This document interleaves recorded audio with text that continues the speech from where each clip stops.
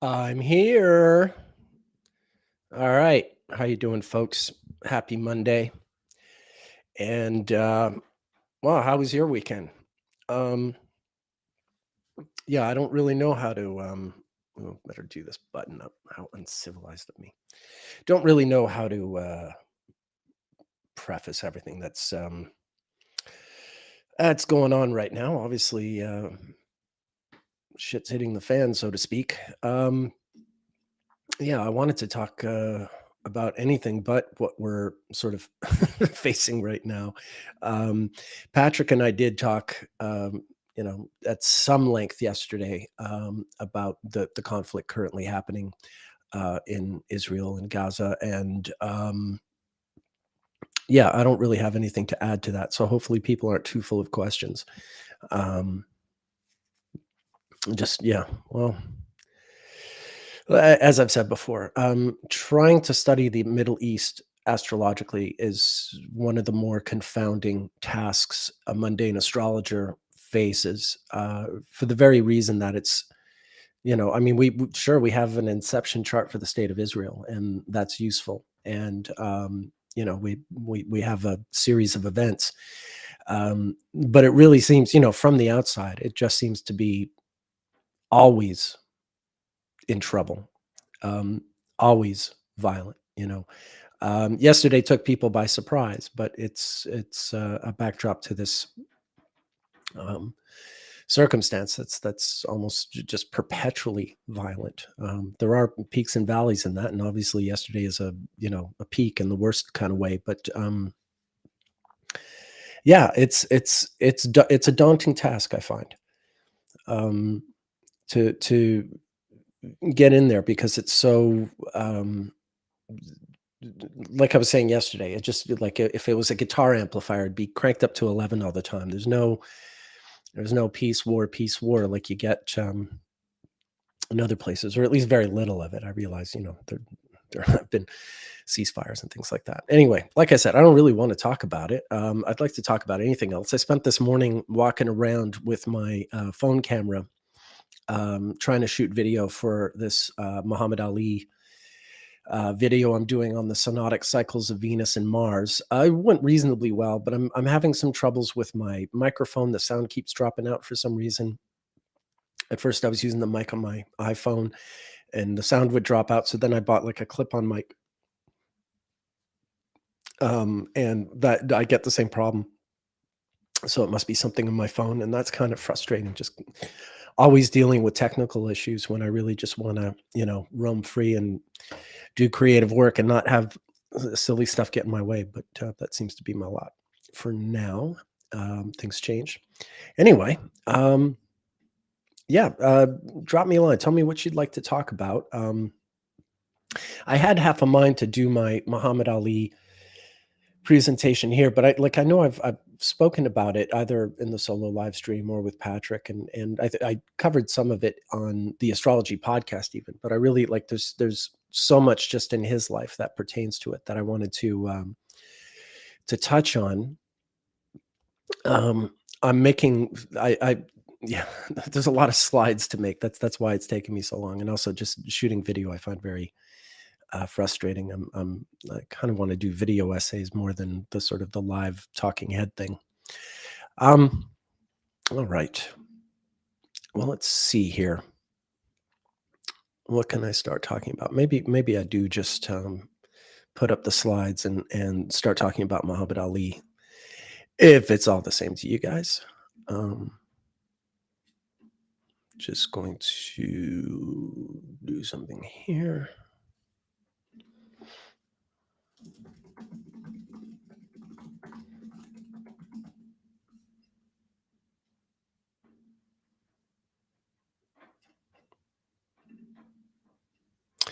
All right. Melody says she's always up for talking about Ali. Okay, good. Ali it is. I really don't know what else I would feel like talking about right now. I'm really sort of immersed in him. So yeah, I'm going to put up this video. Okay. And I'll share my screen.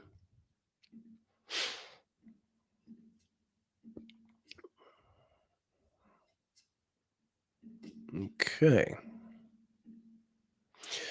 All right. So, get this silly thing out of the way.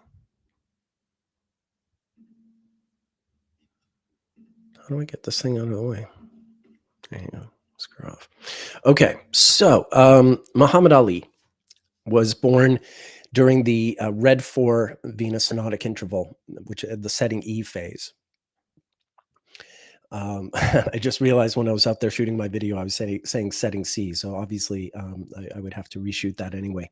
So yeah, Muhammad Ali was born during the red 4 interval.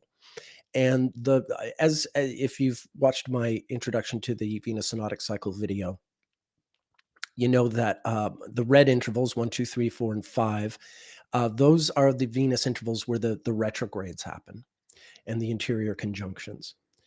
And so, and indeed, Muhammad Ali was born with Venus retrograde in Aquarius right on his descendant, co-present with the moon and Mercury.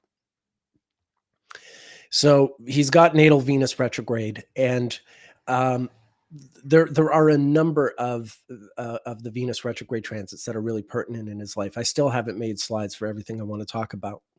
But what I was starting with today, I'm also going to go into Mars. The thing about Ali, actually, before I go full into Venus. So Ali's got an angular Venus, but he also has an angular Mars. He's got Mars in the whole sign 10th.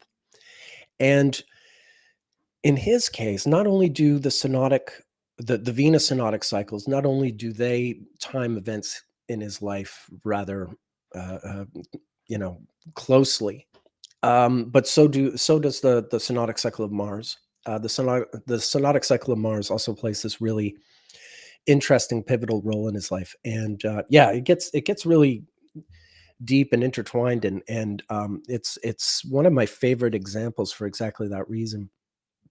Um, Another reason Ali is really useful to study for an astrologer is that his life has such ups and downs, and that makes it more rewarding to take his whole lifetime and study it, because he's not just someone who sort of rose to the top and stayed there, or rose and then sank a little. I mean, his life really is like a roller coaster, up to the top, down to the bottom, up to the top again, winning a championship 3 times. I'm not a sports fan. I'm certainly not a boxing fan. I've had to, in order to study his life, I've had to learn about his boxing career, so, and I know that reasonably well, but I'm not someone who just, I'm not one of those guys who just like sort of sits in front of the television and watches sports, not by any stretch. I'm too busy studying astrology. But he's interesting. I guess I find sports figures most interesting when their lives and careers intersect with politics in some way, and Ali is very much such a figure. That's just it. He wasn't merely an athlete. He's this cultural symbol, and a real sort of like global voice. I mean, he's from America, but we're talking about someone who, in 1990 could fly into Iraq and talk to Saddam Hussein as a fellow Muslim and get a bunch of like American prisoners released. Negotiate that on his own. He was just beloved all over the world, and certainly, so there's the whole crossover. He's American, he's African American, but he's also a Muslim, and he's got this global reach. He has tremendous presence in the African story, and the match he fought there, and his, what he represented as a symbol. And of course, just to young Americans, so many young American men who, like him, were facing the draft of Vietnam. My birth father was 6 months younger than Ali. He was drafted, and he, like Ali, refused to fight. But unlike Ali, he left the country. And that's why I'm in Canada. I hope you're happy, America. Anyway, yeah, the important thing to say, I mean, I'll get into it. We're going to go into his life, and we're going to talk about it interval by interval. So it's not a straight through chronology, but we'll do like the chronology of the red 4s, and then the chronologies of the red 5s, and then the chronologies of the red 2s. I haven't done slides for red 3 yet, but there's some things I could say about red 3 and blue 3. But I'm going to start with the red 4 because this is impressive enough. And the Mars stuff is really impressive too. So I don't know, maybe I'll do the red 4 Venus interval, and then I'll go to the Mars synodic interval, and then I'll come back to Venus and talk about red 5 and red 2, which I have slides for. All right, so yeah, Ali is born during the red 4 interval. He's born in January of 1942. Interestingly, also, let's see. Oh yeah, this is a video, so I have to. There we are. Howard Cosell, who was a sportscaster and sort of an ally of Ali, I would say. He was one of the first white sportscasters to respectfully call Ali by his chosen name.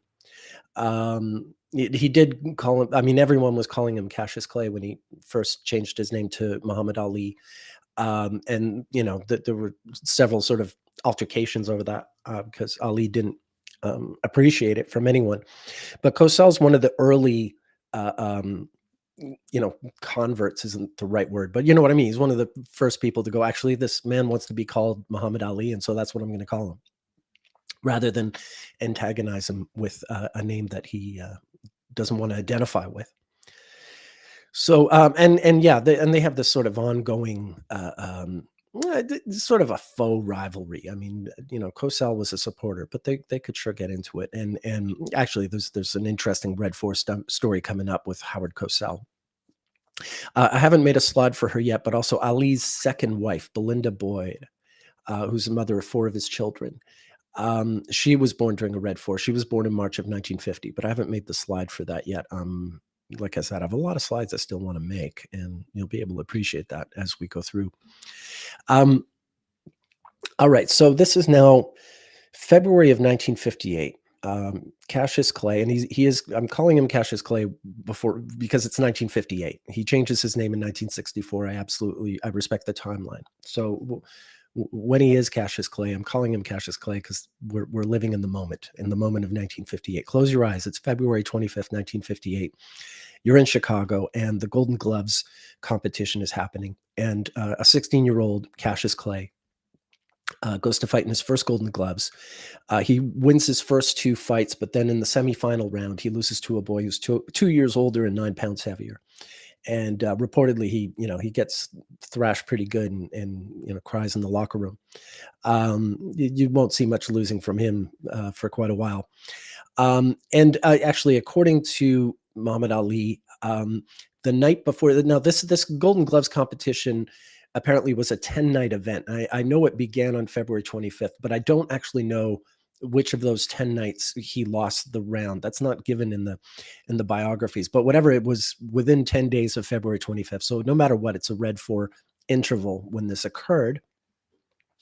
And yeah, apparently the night before he lost that fight, Cassius Clay lost his virginity to a prostitute, which is kind of interesting just in that, this is someone who's going to go on to become one of the global sex symbols, a sex symbol among sex symbols, up there with Elvis. I guess it's a Capricorn thing. But yeah, this is sort of, for what it's worth, he's learning a few important lessons during these Golden Glove competitions. He will come back in 59 and win the Golden Gloves, but in 58 he gets a taste of losing, and he also gets a taste of something else. All right, I keep forgetting it's not a slideshow; it's a video. All right, so 8 years later, at the next Red 4. We're now in 1966. And first off, in January of 66, I don't have a slide for it, but in January of 1966, Ali's first marriage, his first marriage ends officially in divorce. The divorce is granted in January of 1966. He had met and married his first wife during the Red 3 interval in the summer of 1964. And I'll come back to that later. I'm going to talk about his 4 wives in a sort of separate stretch.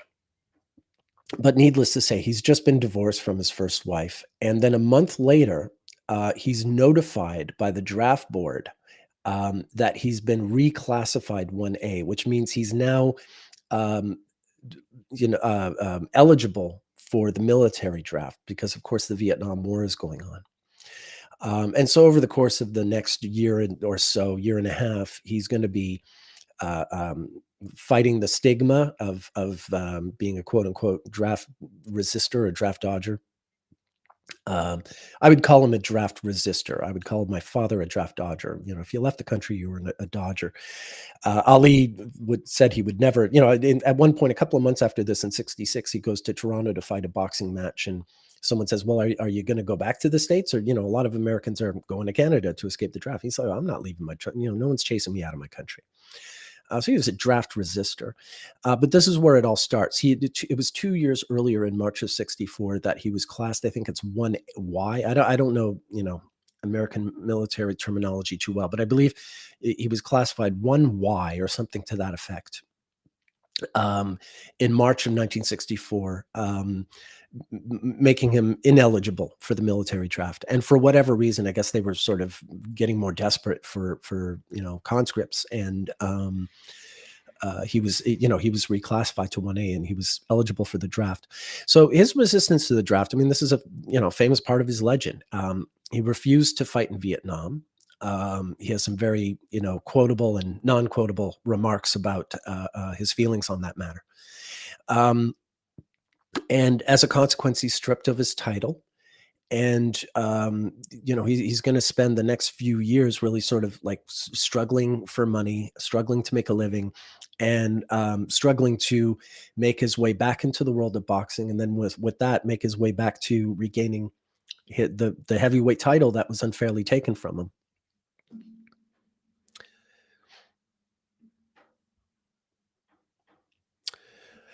All right, so now it's 8 years later at the next Red 4 interval, and it's 1974. Now, we're starting with January 24th, 1974, which is exactly 1 week after Ali's 32nd birthday.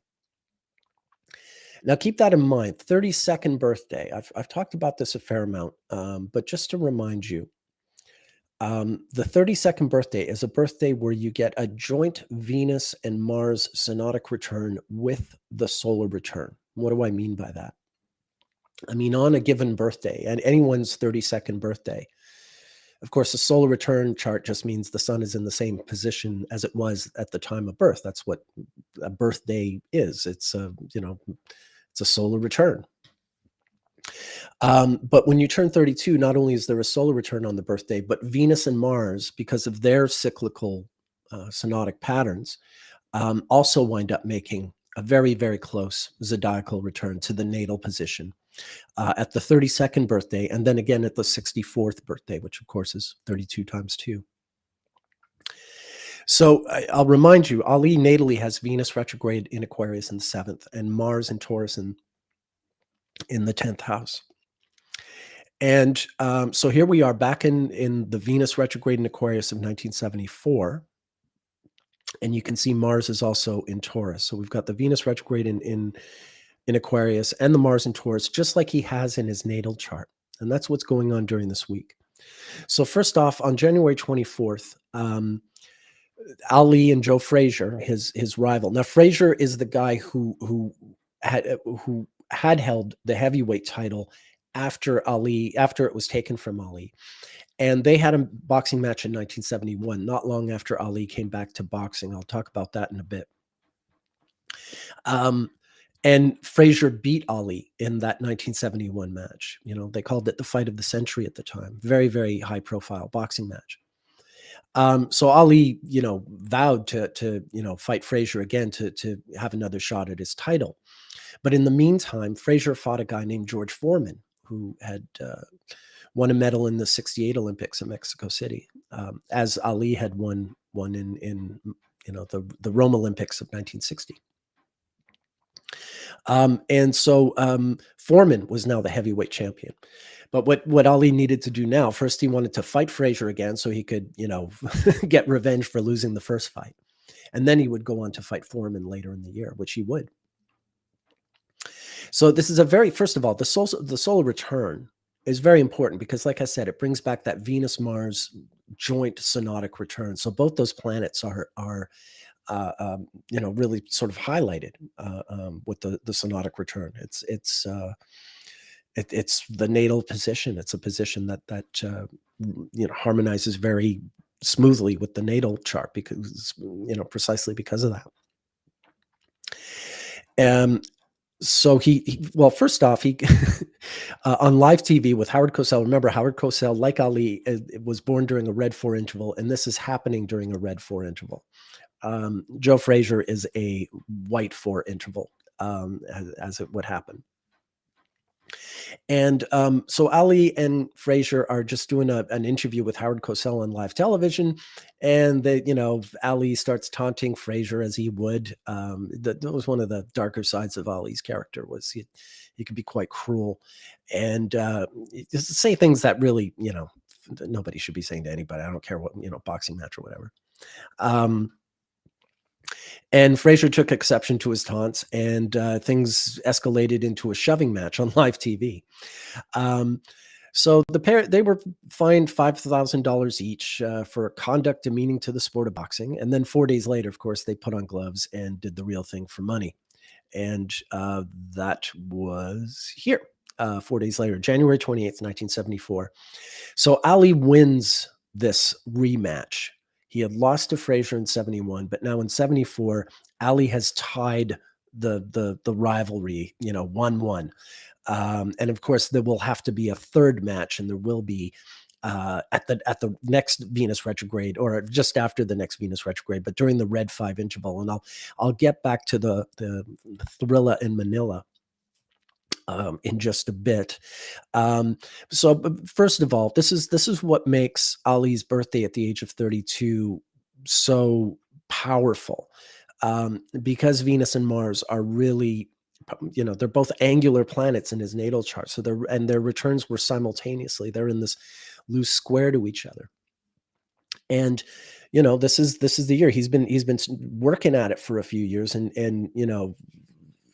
he's been winning most of his matches, but things have gone wrong. He lost to Frazier in 71. He gets his jaw broken by Ken Norton in 73. It's still an uphill climb, but 74 is the year where, it really all starts to click. First off, he beats Frazier, also during the red 4 interval. And then 9 months later, he's going to fight Foreman and win the heavyweight championship for the second time in his life. So it's a big year. A lot is achieved. It's sort of like this crowning moment for him. And sure enough, it happens at the age of 32, because he's got the kind of chart that if you're looking at if a young Cassius Clay came to you when he was 18, 19 years old, you would know right away, wow, the age of 32 is like a big peak in your life. And I mean, like, oh, really? You're about to win the heavyweight championship? Okay, well, 32, you might have to win it again. It's really powerful, anyway, there we go. That's that red 4. Now, moving on 8 years later to the next red 4, we get to December 11th, 1981. So this is about a month before Ali turns 40. He's already showing signs of Parkinson's, even though he's a little under 3 years away from having his diagnosis. I think he was diagnosed in September of 84. So he's slow. He's talking slow, and he's moving slow. He's already had a devastating loss to Larry Holmes the previous year in October of 1980. And but this is his final boxing match in the Bahamas. It was called the Drama in the Bahamas, because Ali was even in his condition could still conjure those great phrases, those catchy phrases: rumble in the jungle, thrill in Manila, and the drama in the Bahamas. But it wasn't much of a, well, I guess there was drama in the sense that it was really painful for anyone to watch. Everyone loved Ali. No one thought he should be fighting this match. I think he had to do it for money, is my understanding. And so it went. So it was, this is the end of his career. Remember, he's born during a red 4. He fought his first Golden Gloves match during the red 4. He was then drafted during the next red 4. And then the following red 4 is when he bounced back at the age of 32 and came after Joe Frazier and beat him. But now with this next red 4, it's a defeat, and it's the end. It's the end of everything He's built for himself in a way. But the story continues. 8 years later, in February of 1990, Ali's father dies. Cassius Marcellus Clay Sr. dies. Yeah, he died of a heart attack in the parking lot of a department store in Louisville, and I mean, it speaks for itself. Ali did love his father was a problematic guy, but Ali did love his father, and I know it was hard for him to lose him. And I'll come back to Ali's parents actually when we talk about the Mars synodic cycle. All right, so now it's 16 years after Ali's father died, and a couple of things happen. I think I only have a slide for one of them. I have to make a slide for the other. First off, on November 9th, 2005, during a Red 4 interval, Ali goes to the White House alongside Aretha Franklin. They were both awarded at the same time the Presidential Medal of Freedom by George W. Bush. You can see here Ali making the crazy, when you point your finger at your temple and spin the finger to imply that whoever you're looking at is off his rocker. He's looking at George W. Bush and doing that because I think George W. Bush jokingly, put his dukes up or something like that. Anyway, well done, Ali. A satirist till the end. And then 10 days after this, November 19th, 2005, did I make a slide for this? I possibly did. I don't think I have yet. No, I haven't. 10 days after this, the Muhammad Ali Center was opened in Louisville. This is this big sort of museum and library, if you will, celebrating the legacy of Muhammad Ali. And I believe Louisville also changed the name of a street to name a street in the city after him at the same time. So this is like 2 months before he turns 64. But we are in the Red 4 interval, and these, both of these, really big celebrations of his achievements occur. And then he turned 64 in January of 2006, and a few months later, in April of 2006. Now, remember, when he turned 64 in January of 2006, that's another one of those Venus-Mars returns in his solar return. In other words, like 32, like when he was 32 in 1974, this is a big, his chart is being activated in a big way. Both those planets, Venus and Mars, are really sort of coming alive. And what happens to him in 2006, in April of 2006, a little after the Red 4 interval, although it was a year where he had a Red 4 interval solar return. In April of 2006, Ali sells 80% of his name and likeness to this, marketing company. Their name is initials. I forget, CKJ or CJ, whatever. It's not important who they are, but he sells 80% of his name and likeness for a lot of money. Here, I can look up the,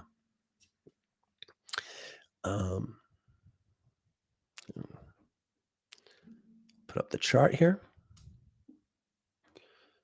So I don't want my solar fire open.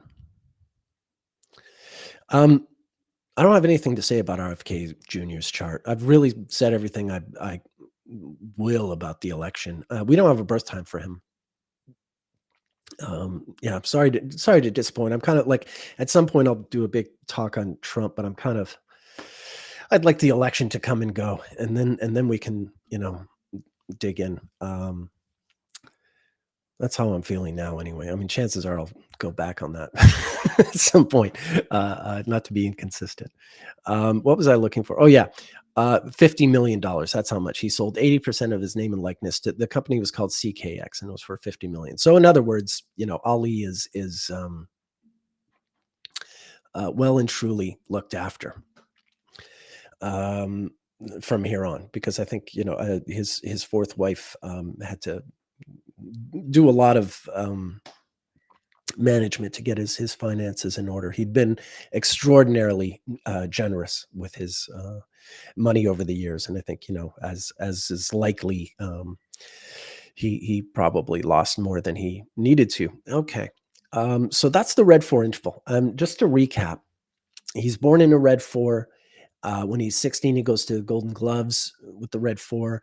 When he's 24, his draft status is overturned during the Red 4, and he gets his divorce is finalized. In 1974, he begins this, his real career ascendancy by beating Frazier, which opens the door for him to fight Foreman later in the year and regain his title.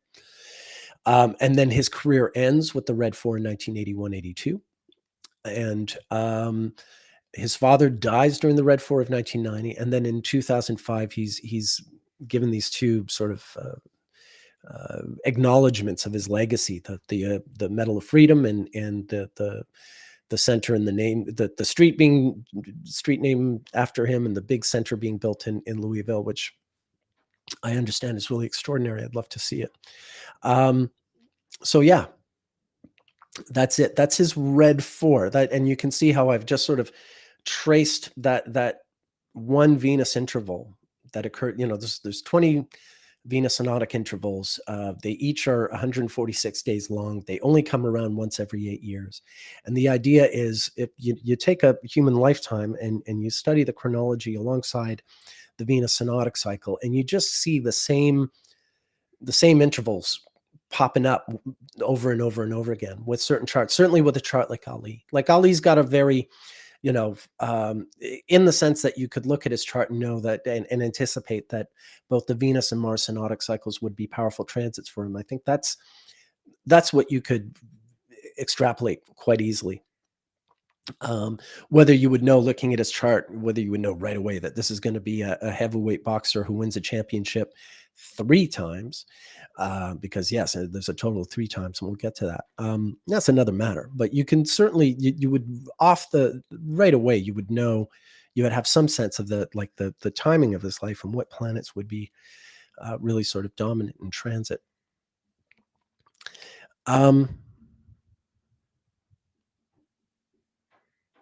Okay, so I'm going to move on to the Red 5 intervals. There are a few here.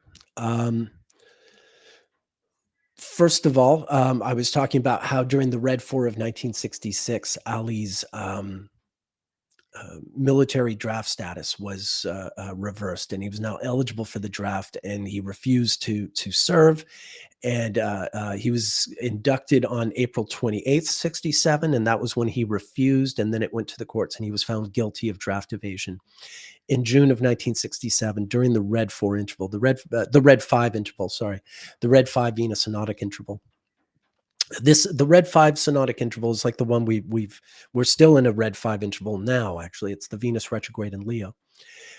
You can see on this day that he was found guilty, Venus was pre-retrograde in Leo. It was 48 days before the retrograde station, but that's the way these intervals work. I measure it from the greatest elongation, between greatest elongations. These are the old calculations, which are within a day or so of the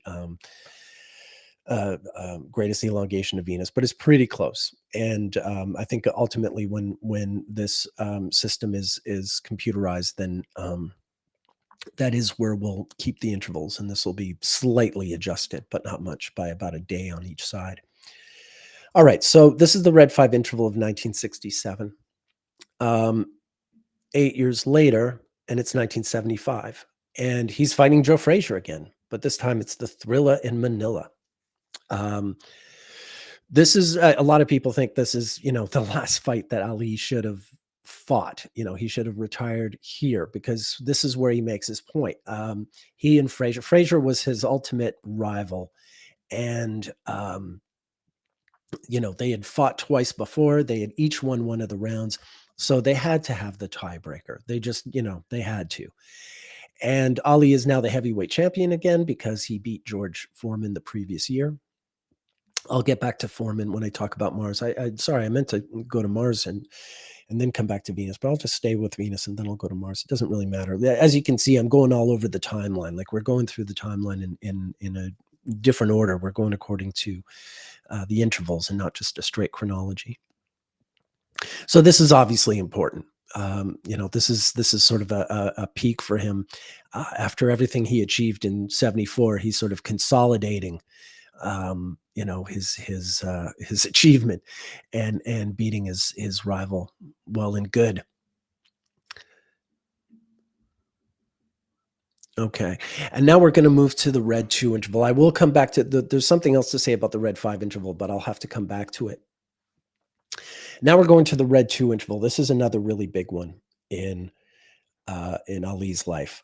First of all, in October of 1954, I don't know the exact date, but we know it's like a couple of weeks before this date. Ali and his brother are in downtown Louisville riding his new Schwinn bike. He's got this red Schwinn bike that he shares with his brother, and it starts raining. So they lean the bike up against the wall of this community center and go inside to get out of the rain. And then when it stops raining, they go outside and they find the bike is gone. And Ali's furious and he wants to, uh, beat up whoever stole his bike.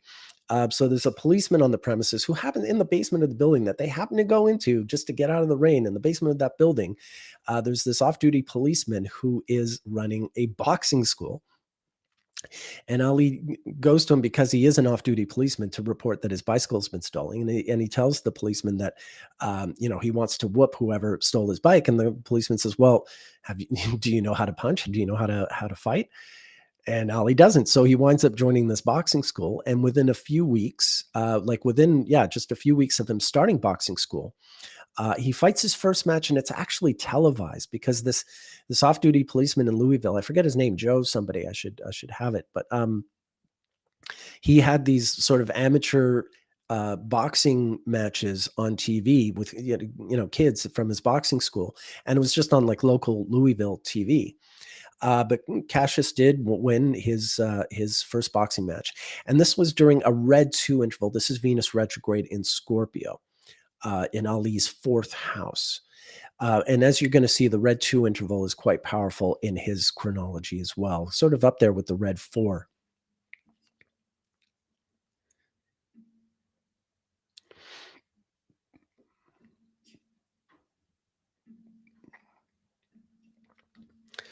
Okay, so now it's 8 years later, and it's 1962, and he's still Cassius Clay because he's still a year and a half away from winning the championship and changing his name to Muhammad Ali. So I'm still calling him Clay right now.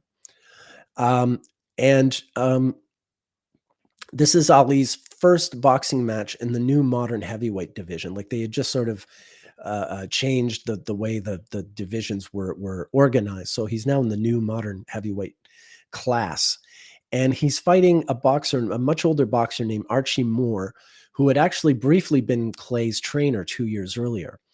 And yeah, Clay beats him pretty bad.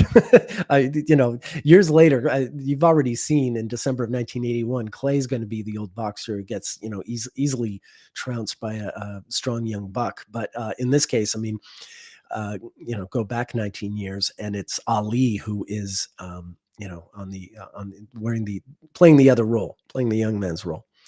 But beating Archie Moore makes him. It doesn't just mean he's in this new heavyweight class, but it also makes him eligible to go after the heavyweight title, which is what he'll do in February of '64. But we'll come back to that in a bit when I talk about Mars. All right, so 8 years later, and we're in the next red 2, and it's 1970, and Ali. Still is not supposed to be able to. I mean, he was suspended for 3 years for refusing the draft, but he's still under legal trouble for he could still go to jail at this point. It's actually in June 28, 1971, that the Supreme Court rules that he's innocent, and that's out of Mars retrograde in Aquarius, but that's another matter. This is so Ali his suspension is over, and he's going back into boxing, and he goes to Atlanta to fight this boxer Jerry Quarry, and this is his first match coming out of his suspension, and the first time he's boxed in 3.5 years.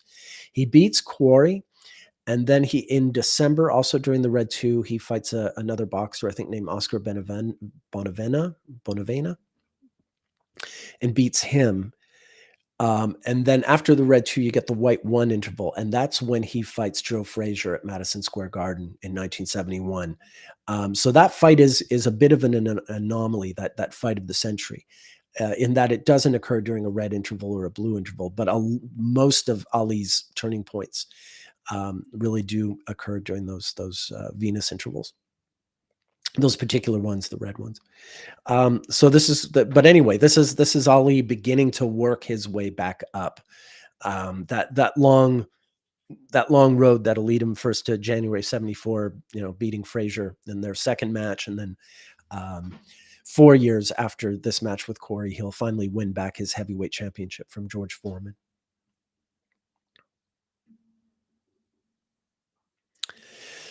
All right. 8 years later, during the Red 2 interval, Ali wins the world heavyweight title for a third time, or the WBA title, it's called. What happened was in February of 78, during the Blue Four. Remember, the Blue Four is sort of the flip side to the Red Four. The Blue Four is where the exterior conjunction of Sun Venus happened in those days in Aquarius and these days in Capricorn. Ali fought this young guy named Leon Spinks, who beat him surprisingly and won the title. So 9 months later, there's a rematch. Or I guess it's 7 months later, there's a rematch during the Red 2. And Ali beats Spinks. He works really hard. He works really, because he'd sort of let himself go by early 1978, and there was no surprise really that he lost, although people were surprised. But he works hard. At this point, he's 36, so he's in a first house perfection year, which is Saturn, and Jupiter was in Saturn at this point. And he beats Spinks, and he does something that's unprecedented. He wins the World Heavyweight Championship for the third time in his career. No one else has ever done that. Doesn't matter what you think of the guy. Doesn't matter what you think of boxing. That's impressive. That's an achievement, visibly. All right. So there's that. Oh yes, and now his marriages. I was going to say there's one other slide I need to make. His mother, you remember I showed you his father died during the Red 4. Well, Ali's mother died, I think it's August 23rd, 1994. It's not during a Red 2. It's one day before a Red 2. So it's kind of like if you saw my Abraham Lincoln video last week, and I showed you another sort of close call, like a bunch of examples that lined up right on a Red 2, and then Lincoln's mother died, like I think it was 9 days before a Red 2. Well, Ali's mother died a day before the Red 2. So yeah, sometimes I show these near misses because when it's that close, to being another hit, then I think it at least is a worthy mention, even if it doesn't quite hit it. All right. Now, I promised to come back to Ali's marriages. I'm going to talk about Ali was married 4 times, and 3 of those weddings were during red intervals. And then the 4th one was pretty close to a red interval. So his first wife, he married during a Red 3 in August of 1964. This is Sonji Roy. He'd met her just the previous month, like 5 weeks earlier. So quite a fast marriage. She wasn't. She promised to sort of convert to Islam or adopt Islamic ways, but she wasn't really sort of fully compliant with that objective, shall we say. And Ali was dissatisfied and filed for divorce in June of 65, and it was finalized in January of 66 during the Red 4 interval. So you can see they were married at the Red 3 and then divorced at the Red 4. So now Ali's second wife, he got married in the Red 3, divorced at the Red 4, and then when you get to the next Red 5, in August of 1967, he marries Belinda Boyd, who now goes by it. She like Ali changed her name. I think it's Kalila. I don't want to assign her a false name, but she did change her name. I'm using the name that she had when she married him. As always, I'm just contemporary with whatever chart we're looking at. This is just after he's been found guilty of draft evasion. So, his life is pretty sort of shaky right now. In fact, she's going to wind up working to support him over the next couple of years when he's really struggling for money, because he can't earn a living because he's not allowed to box legally. Apparently, Joe Frazier even lends him money, which is considering the way Ali treats him later is kind of unfortunate. No wonder Frazier never really forgave him for the way he was treated. But anyway, there we go. His first marriage was Red 3, and then he divorced that wife in Red 4, and then he gets married again in Red 5. He and Belinda would have 4 kids, and then eventually, I was showing you the Red 5 of the Thrilla in Manila, which is also a Red 5. Where's that?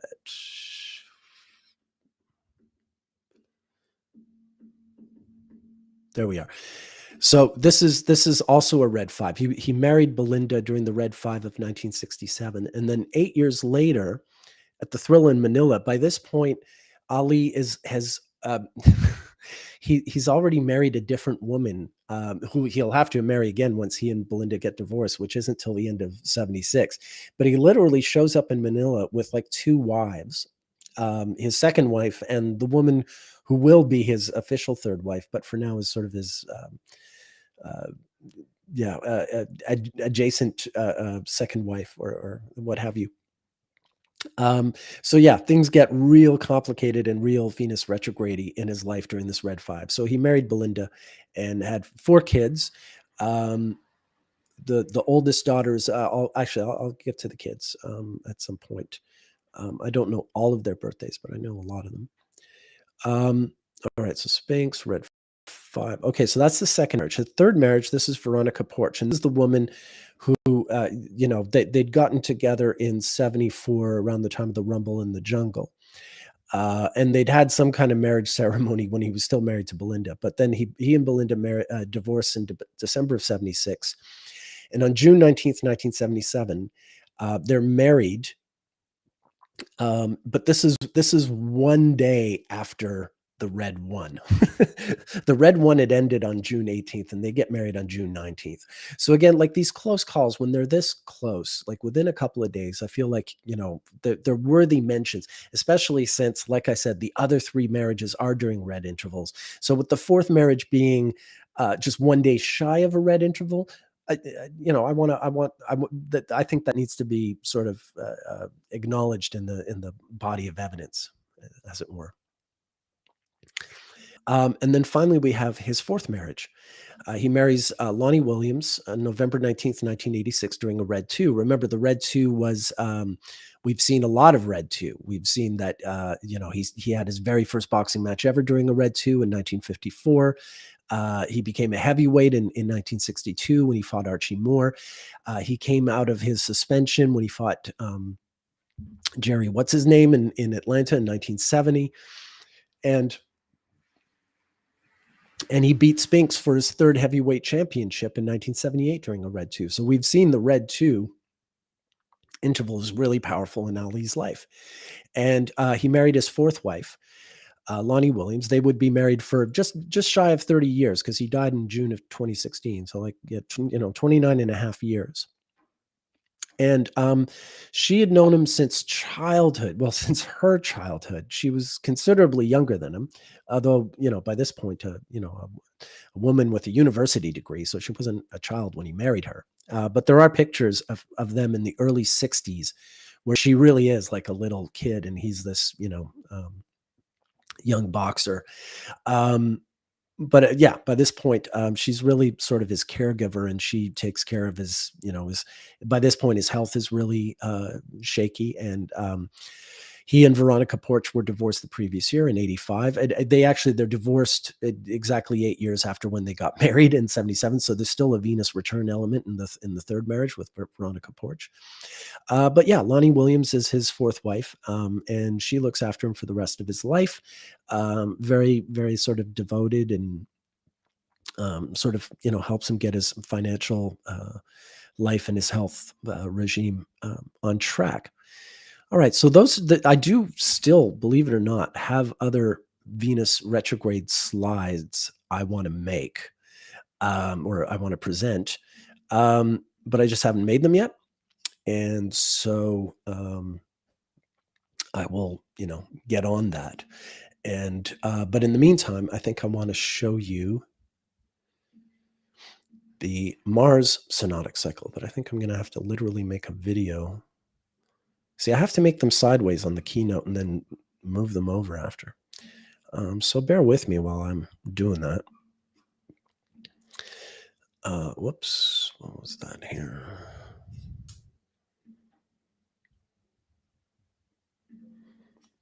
All right. Everything clear so far? How are we doing out there?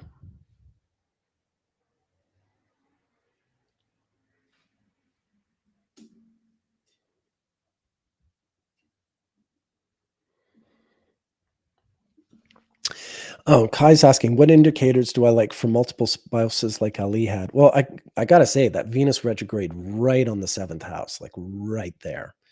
Um, you know, that's and it's square Saturn Uranus up at the 10th. That's the funny thing about that Saturn Uranus conjunction. The Saturn Uranus conjunction is this weird combination of planets. I mean, there's no two planets that are more hostile to each other than Saturn and Uranus. Like Venus and Mars are opposites, but they're opposites that sort of harmonize each other. They complete each other. Whereas Saturn and Uranus are just, completely contradictory in nature and in uh, temperament, objectives, all that. So when you get a Saturn Uranus conjunction, it really is. I mean, it's a time of like weird alliances. If you think of like the Saturn Uranus conjunction of 87, 88, that was this time when the Soviet Union was doing the glasnost and everything's sort of winding down. The war in Afghanistan, the Soviet war in Afghanistan was winding down. The war in Angola was winding down. The Iran-Iraq war was ending. So like a lot of these big uh, um, crises that had been dogging the 1980s were all sort of resolving themselves around 87, 88 in the Saturn Uranus conjunction. And similarly, when Ali was born in January 42, of course, it's just a month after Pearl Harbor. And the United States suddenly found itself in an alliance with the Soviet Union. How about that? So it is these weird sort of times of strange alliance, a strange union. One analogy I think of when it comes to the Saturn Uranus conjunction is, there's this old movie. I forget what it's called. It might be called The Fugitives or something like that. But it's kind of a trope now. Two men escaped prisoners from a prison, running through a swamp, being chased by hound dogs and all that, and their legs are chained together so they can't split up. But of the two guys, one of them's black, and then the other guy's this like white racist. So, these two guys who really have nothing in common do not want to be together, but their legs are chained together. And so they have to work together to escape the hound dogs and the police and all that stuff. And that's kind of what a Saturn Uranus conjunction is like, is two bodies that aren't meant to cooperate, are kind of hostile to each other, but they're locked in and they have to work together. And so I sort of think of, Ali was a great sort of everyman in that way. I mean, on the one hand, he belonged to what was effectively a black separatist sect, the Nation of Islam. But at the same time, he was, a real sort of everyman kind of person. Ultimately, he really was just someone who made people all over the world feel really good. And, despite his religious affiliation, individually, he wasn't sort of hostile to, individual white people that, certainly not the ones he clicked with. I mean, sure, he would tease Howard Cosell about his toupee and all that, but I hardly call that, radical. Anyway, I'm just making this video that I want to show you. The Mars stuff is no less interesting when it comes to Ali, actually, and it's where it gets, even if anything, just that much juicier. Just bear with me here, and I'll show it to you.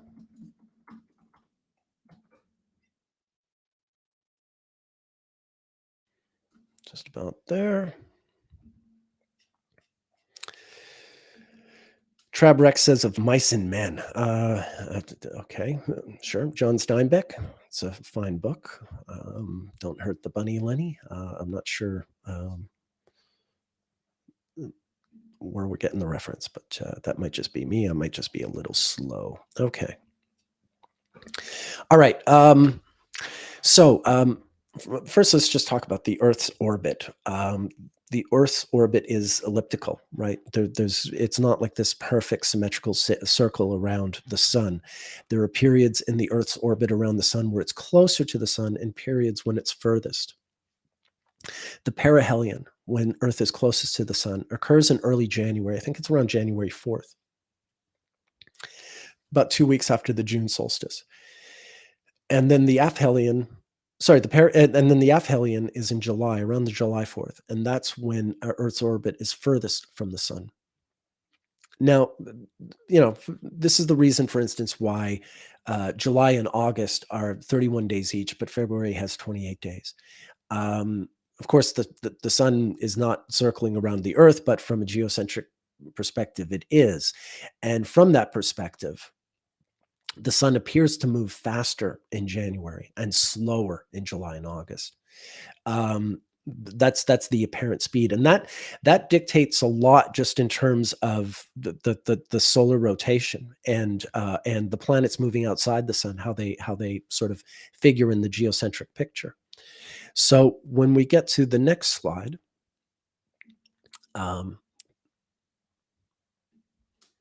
this one actually has a little movable GIF. So the Mars synodic cycle, the orbit of Mars is even more elliptical than the orbit of Earth.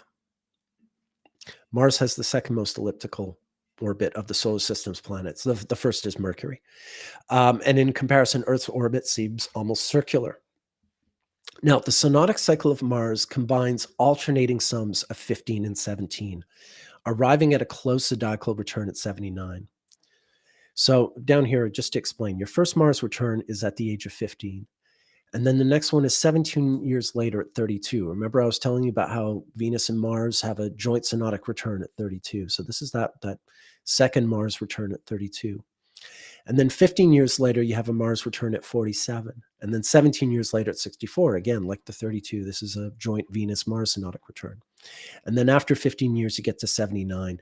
The Mars return at the age of 79 and the solar return for the age of 79 is about 4 degrees away from the natal degree of Mars. It's the closest synodic and zodiacal Mars return you get in a human lifetime is at 79, which is also, interestingly enough, a Mercury return year. So that 79 is when the synodic cycle of Mars joins up with Mercury as opposed to Venus at 64 and 32. Right. So here's a few rules with Mars. Here, I'll play the video. Uneven sign distribution. So Mars stations retrograde approximately every 26 months for a duration of approximately 3 months. Mars has 7 retrograde phases in one 15-year cycle, stationing between 13 to 27 degrees short of a full zodiacal return. This is why it gets a little sort of weird, because the Mars cycle is elliptical, and it's, of course, outside the Earth cycle, which is also elliptical. So you get this really asymmetrical distribution of Mars amongst the 12 signs. Mars will remain retrograde in one zodiac sign for about half a year. And this is what I mean about the asymmetrical distribution amongst the signs. Mars consistently stations retrograde in tropical Leo and Virgo every 15 to 17 years. That's pretty much true. Once in a while, it can skip one of them and happen in Cancer instead, but almost always you get a Mars retrograde in Leo and Virgo, with very few exceptions. But Mars retrogrades in the other 9 tropical signs can take up to 47 years to recur. Mars retrogrades in Capricorn, Aquarius, and Pisces are very rare and can take up to 47 years. Like in 2018, we had Mars retrograde in Aquarius. That was the first one since 1971. In 2003, we had Mars retrograde in Pisces. That was the first one since 1956. So yeah, these really can be once in a lifetime type of events. And I mentioned just, I don't have a slide for it now, but when Ali was finally found not guilty, when the charges of him being a draft evader were overturned by the U.S. Supreme Court on June 28th, 1971, that was just as Mars was making a retrograde in Aquarius in Ali's 7th house.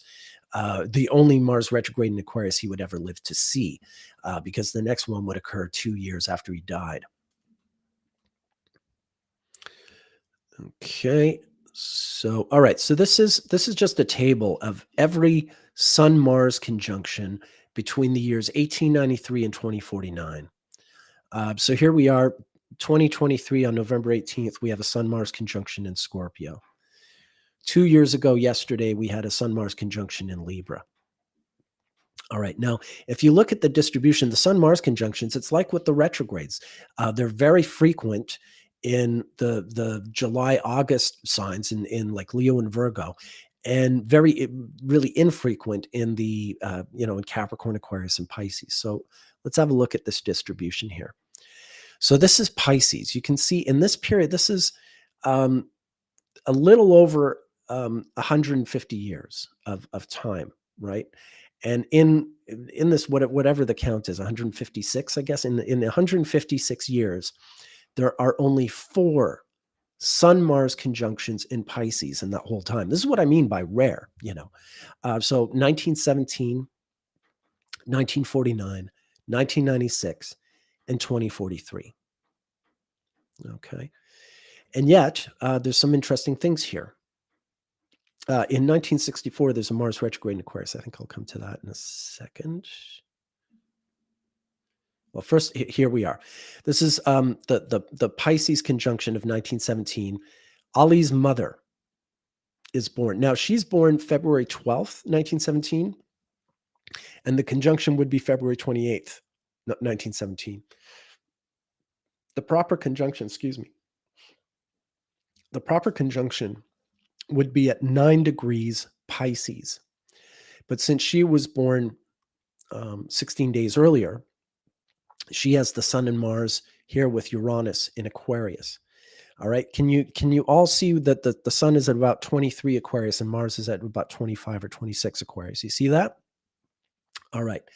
So 47 years. Remember the Mars cycle is alternate sums of 15, 17, right? There's 15, then 32, then 47. So Odessa Clay, Muhammad Ali's mother, turns 47 on February 12th, 1964. And just 2 weeks after that, okay, these are the Mars retrogrades in Aquarius. It's just 3 in 156 years. There was one in 1932, one in 1964, and there was one in 2011. And that's the last one for quite some time. But 1964, there you are. And remember, she's got the Sun Mars conjunct at about 23, 25 Aquarius.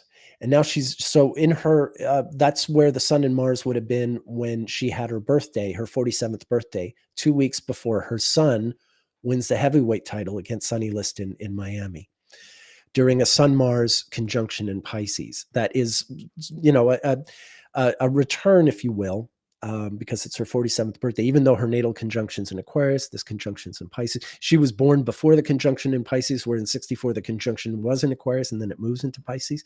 But still, you're seeing this sort of the Sun-Mars repetition. And, you saw her chart. She's got Uranus, Sun, Mars all conjunct in Aquarius. And her son is Muhammad Ali. So I don't know what time she's born, but it's safe to say, I mean, this is sort of like her Mars coming alive. That's what these returns do. They really tell you something about what the planet means in an individual's life.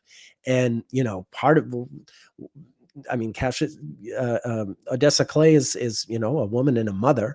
There's, a lot of women are mothers, but not everyone is Muhammad Ali's mother. And, I think you get a sense of that. This is really, I mean, this is the fight for him. Nothing else matters. The fact that, here he is, he's just 22 and he beats Sonny Liston. Nobody thinks he can beat Sonny Liston. He beats him and he wins the heavyweight championship at the age of 22. And, right away becomes sort of a legend, a hero to many, a pariah to some. And, but, and it's right after this fight that he changes his name to Muhammad Ali, or rather it's changed for him by Elijah Muhammad, actually. And then his father, Scorpio, in 156 years, we've had 7 Sun Mars conjunctions in Scorpio. You can see here we are in 2023. There's one coming up next month. We had one 32 years ago in 1991, and we'll have one 15 years from now in 2038. Sometimes they can occur 15 years apart, but it's still a fairly rare sign. You can see not as rare as Aquarius and Pisces. Remember, Aquarius only had 3 Sun-Mars conjunctions in the last 156 years. Pisces, there was only, I think, 4. Scorpio's a bit more common because Scorpio's a bit closer to Leo and Virgo than Aquarius and Pisces are. So it gradually increases as you get closer to Leo and Virgo. And here we are. So 7 Sun-Mars conjunctions in Scorpio over 156 years. But you notice 1912 is one of those years. And Ali's father was born with Sun-Mars conjunct in Scorpio. He was born just 6 days after the actual conjunction at 12 degrees in Scorpio in 1912. Remember, this is the man who died in February of 1990 during a red 4. And this Sun-Mars in Scorpio reminded me of another important fight in Ali's life. Here are the Sun-Mars conjunctions in Libra. There's a few more of these. There's 9 Sun-Mars conjunctions in Libra, and one of them is in 1974, in October of 1974 at 20 degrees. And not long after that conjunction, a couple of weeks after that conjunction, we have the rumble in the jungle. October 30th, 1974, in Kinshasa, what was then called Zaire, which is again today called the Congo. And Ali defeats George Foreman and wins the heavyweight title for a second time. Remember, he's 32. He's in that great 32nd birthday. Remember the synodic return with the Venus retrograde and the Mars just coming out of retrograde. But now the 3 of them are all in this triple conjunction, and it's a conjunction that evokes the Sun-Mars conjunction that his father was born under. So arguably, the 2 most important matches of Ali's life, at least for the championship, is the fight against Liston and this fight against Foreman. The 3 fights against Frazier are important, but the only one of those that was ever for the heavyweight championship was the first one, which Ali did not win. Frazier is considered like his greatest nemesis, but 2 of the 3 fights for his heavyweight title occurred during the Sun-Mars conjunctions that mirror the Sun-Mars conjunctions that Ali's parents had in their natal charts. It's why, like, when you get into these biographical studies, it's worth looking at the parents, the siblings, the children, certainly, the spouses, certainly, but anyone who's really close to the person, because these cycles just sort of pop up everywhere, and it really fills in a lot of gaps and also raises a whole bunch of new questions, I suppose. But this is what I'm talking about with that 32nd birthday, that solar return he would have had earlier in 74, and how it reflects this tremendous ascendancy that he made this year. Oh yeah, and then this is an afterthought. Sun-Mars conjunctions in Cancer, a lot more common. So there are 8 of them in a 156-year period, more than twice the amount that you get in Aquarius, for instance. And I just wanted to point out that Ali's oldest daughter, Maryam Ali, who's only 2 months older than me, she was born with also a Venus-Sun-Mars triple conjunction in late Gemini, just before the actual conjunction in Cancer. Maryam Ali was born during a blue 3 interval, and this is the oldest daughter of Belinda Boyd, as I was showing you, but then the oldest daughter of his 3rd wife, Veronica Porch, is Hannah Ali, who was born in August of 1976, and like Maryam is a blue 3. Ali's own brother, Rahman, he was born Rudolph Clay, and then he, like Ali, converted to the Nation of Islam and changed his name to Rahman Ali. He was also born during a blue 3 interval in 1944. And Ali would die in June of 2016 during the blue 3 interval. So we see the blue 3 interval pop up in a lot of really interesting places as well. Oh yes, also he won his gold medal at the Olympics in 1960 during a blue 3 interval. Those Olympic Games often occur during blue 3 or red 3 intervals, actually, because they occur every 4 years. Like U.S. elections, they really are timed along the course of the Venus synodic cycle very tightly. All right, well, I don't know what I'm going to do with this. For me, this was kind of a a run through of what I'm trying to achieve with these videos, but maybe I'll even, I don't know, use some of what I've done today in the video. But thank you for indulging me and giving me the chance to sort of go through this material as I'm working it into a presentation. Let's see here. The Defiant Ones. That's the one. Thank you, Trabrix. The Defiant Ones is the name of the. Oh, is that what you meant by of mice and men? No, it's not of mice and men where they're chained together. But yeah, the Defiant Ones, where it's like the white guy and the black guy, and they're escaping from the prison, and their legs are shackled, and the white guy's a redneck bigot or whatever, and the black guy's got to cooperate with him and all that. Yeah, so that's the Defiant Ones. That's the movie I was saying is analogous to the Saturn Uranus conjunction. Okay, Lilac Tree has Mars conjunct South Node and a nodal return right now. Well, that's good times. Minor voice gal. I'm sure I'm mispronouncing that, but it's kind of an obscure name. Sun Mars conjunction on your birthday. Well, that's going to be something. That should be a special birthday. I don't know how old you are, Minor voice gal. If you were alive in 1991, think back to what that period might have meant to you, because yeah, this is, the first time that conjunction has happened since 1991. If you're younger, if you were born after 1991, well, get ready. This is really signature. It's a very important conjunction for any Scorpio. All things being equal, I think November should be a pretty strong month for a lot of Scorpios. All things being equal, as I said. And Ine says, hello, wish I came in time. Sounds hella interesting. Yeah, it is hella interesting. Okay, Lilac Tree, I'm not really understanding. I BC and totally see. Oh, you can't totally see. Was that in her fifth house? Whose fifth house? No time for her to know how. Oh, okay. What is the blue 3? Okay. The blue 3, yeah, I have a video on my YouTube channel called Introduction to the Venus Synodic Cycle, which demonstrates how I take the 8-year Venus Synodic Cycle and break it into 20 parts. And there's sort of 4 types of intervals. There's red intervals where the Venus retrogrades and the interior conjunctions happen. Opposing those are the blue intervals where you have the exterior conjunctions of Venus and the Sun. And then after the red, but before the blue, you have white intervals, which are morning star Venus periods. And then between the blue and the red, you have black intervals, which are Venus is an evening star. And then there's 5 of each of those, and you get 20 intervals all around. 5 retrogrades, 5 exterior conjunctions, 5 morning stars, 5 evening stars. So that's it. So the blue 3, like it just sort of breaks down that cycle. Oh, you're 61. Is that what you're saying? I don't know.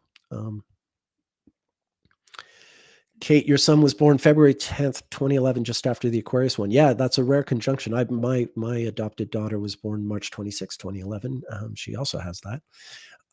But yeah, exactly. That's a super rare conjunction in Aquarius. You can see only 3 of them in 156 years. So you have an appreciation for just how special that is. Yeah, 2011 was 47 years after 1964. So there you go. All right. Well, that's me out of steam. Thank you for indulging me today. My apologies to the person who wanted me to talk about Robert Kennedy Jr. But I'm just, yeah, I feel like I've said my piece. It's already made me kind of undeservedly, but probably, well, I don't know if undeservedly. It's made me less popular than I'd like to be. I try to make it clear.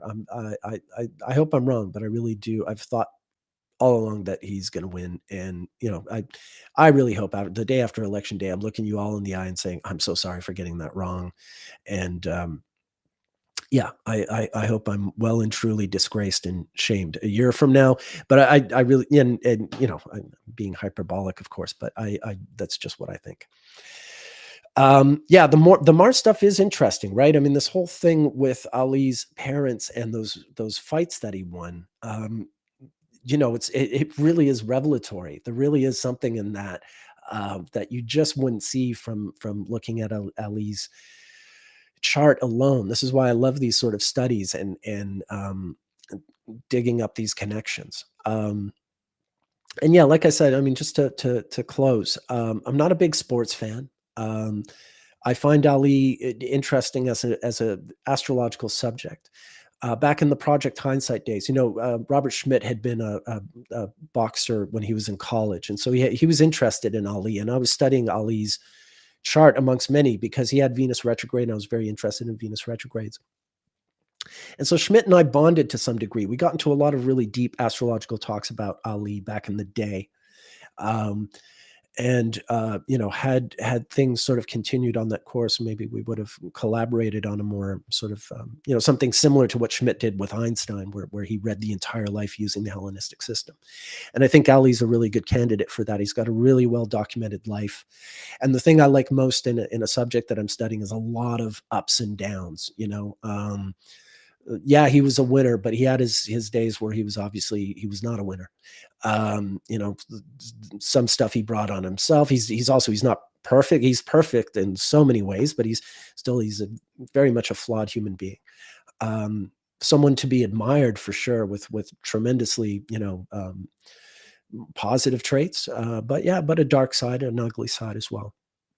So that's what I like. I don't want to study saints, and I don't want to study, people who are just evil.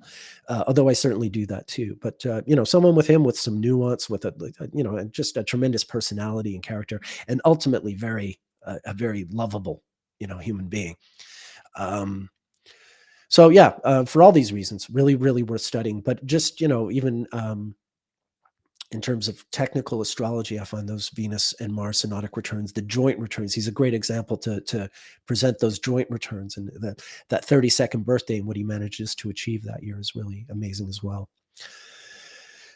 Okay, all right. Solange. I'm glad you got the explanations for the intervals. Yeah, the video really, it's an 11-minute video.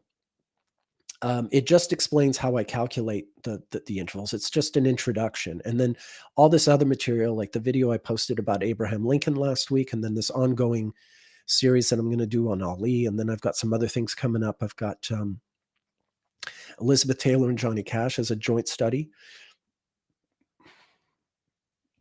of the synodic cycle of Mars, because they're born a day apart. I have another Mars video I'm going to make on Paul McCartney, and then tons of other Venus stuff and other Mars stuff. So yeah, stay tuned.